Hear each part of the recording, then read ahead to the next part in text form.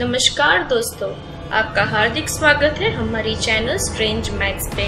आज हम आपको बताने वाले हैं अमेरिका पर वियतनाम की जीत का रहस्य। जी हाँ दोस्तों, अमेरिका जैसा शक्तिशाली देश एक छोटे से देश वियतनाम से कैसे हार गया, आइए जानते हैं विस्तार में। वियतनाम एक छोटा सा देश जिसने अमेरिका जैसे बड़े बलशाली देश को झुका दिया। लगभग 20 वर्षों तक चले युद्ध में अमेरिका पराजित हुआ। इसे सुन हर एक भारतीयों का सीना गर्व से चौड़ा हो जाएगा। उन्होंने कहा कि अमेरिका को हराने के लिए मैंने एक महान राजा का चरित्र पढ़ा और उससे मिली प्रेरणा व युद्ध नीति का प्रयोग कर आसानी से विजय प्राप्त की। आगे पत्रकार ने पूछा, कौन थे वे महान राजा? तब वियतनाम के राष्ट्राध्यक्ष ने खड़े होकर जवाब दिया, छत्रपति शिवाजी महाराज। महाराज छत्रपति शिवाजी का नाम लेते समय उनकी आंखों में एक वीरता भरी चमक थी। उन्होंने कहा, अगर ऐसे राजा ने हमारे देश में जन्म लिया होता तो हमने सारे विश्व पर राज किया होता। दक्षिण पूर्व का वियतनाम जैसा छोटा देश अपनी स्वतंत्रता हेतु वर्षों से अणग्रस्त स्थित विश्व के सबसे शक्तिशाली देश अमेरिका के साथ लड़ता रहा तथा केवल छत्रपति द्वारा प्रक्षेपित प्रेरणा के बल पर जीता भी। वहाँ के राष्ट्रपति ने स्वयं ऐसा व्यक्त किया था कि छत्रपति शिवाजी महाराज की युद्ध नीति का पाठ हमने आचरण में लाए, अतः हम अमेरिका को हरा सके। वियतनाम एक ऐसा देश है जिसने हिंदुस्तान से प्रेरणा प्राप्त की, उसका भी एक इतिहास है। वियतनाम तथा अमेरिका के मध्य 20 वर्ष युद्ध चलता रहा। अमेरिका को लगता था कि इस देश को नष्ट करने हेतु केवल कुछ समय ही लगेगा, केवल कुछ घंटे ही काफी है। किंतु वियतनाम का युद्ध अमेरिका को बहुत महंगा पड़ा, क्योंकि वियतनामी युद्धों ने छत्रपति शिवाजी महाराज का आदेश मानकर उनकी युद्ध नीति का आंदोलन किया था। कुछ वर्ष पूर्व वियतनाम की महिला विदेश मंत्री भ्रमण हेतु हिंदुस्तान आई थी।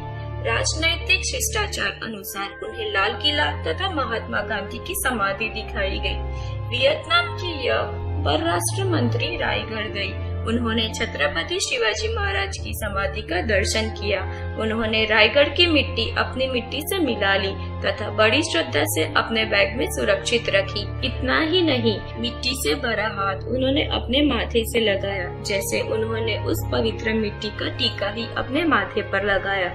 वार्ताकारों तथा वहाँ उपस्थित कुछ अधिकारी व्यक्तियों ने उनसे इस बारे में प्रश्न किया। इस पर उन्होंने कहा, यह सूरवीरों के देश की मिट्टी है।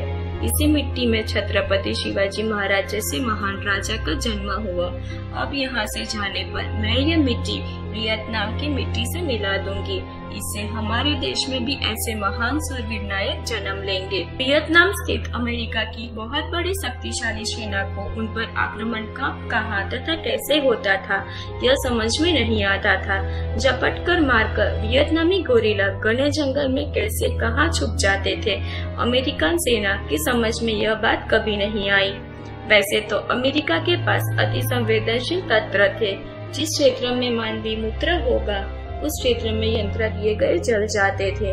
वियतनामी गोरिल्ला कहाँ छुपे हैं यह वे खोज निकालते थे तथा उसी स्थान पर बम गिराकर गोरिल्लाओं को मारते थे।